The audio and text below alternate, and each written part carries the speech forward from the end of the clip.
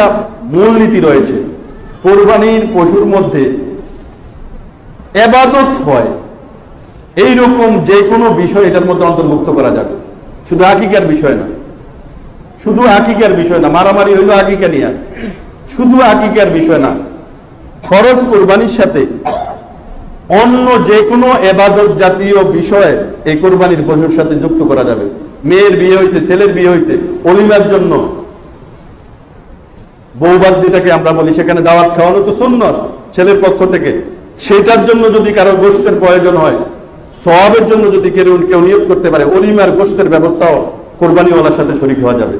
যে 2 ভাগ দিলাম অলিমার জন্য, 2 ভাগ দিলাম, 1 ভাগ দিলাম নফল কোরবানি, অথবা 1 ভাগ দিলাম সদকা করার জন্য, দান করার জন্য ঈদের দিন, অথবা 1 ভাগ আমি দিলাম কোরবানিওয়ালাদের সাথে কিসের জন্য, আকিকার জন্য, তাও যায়।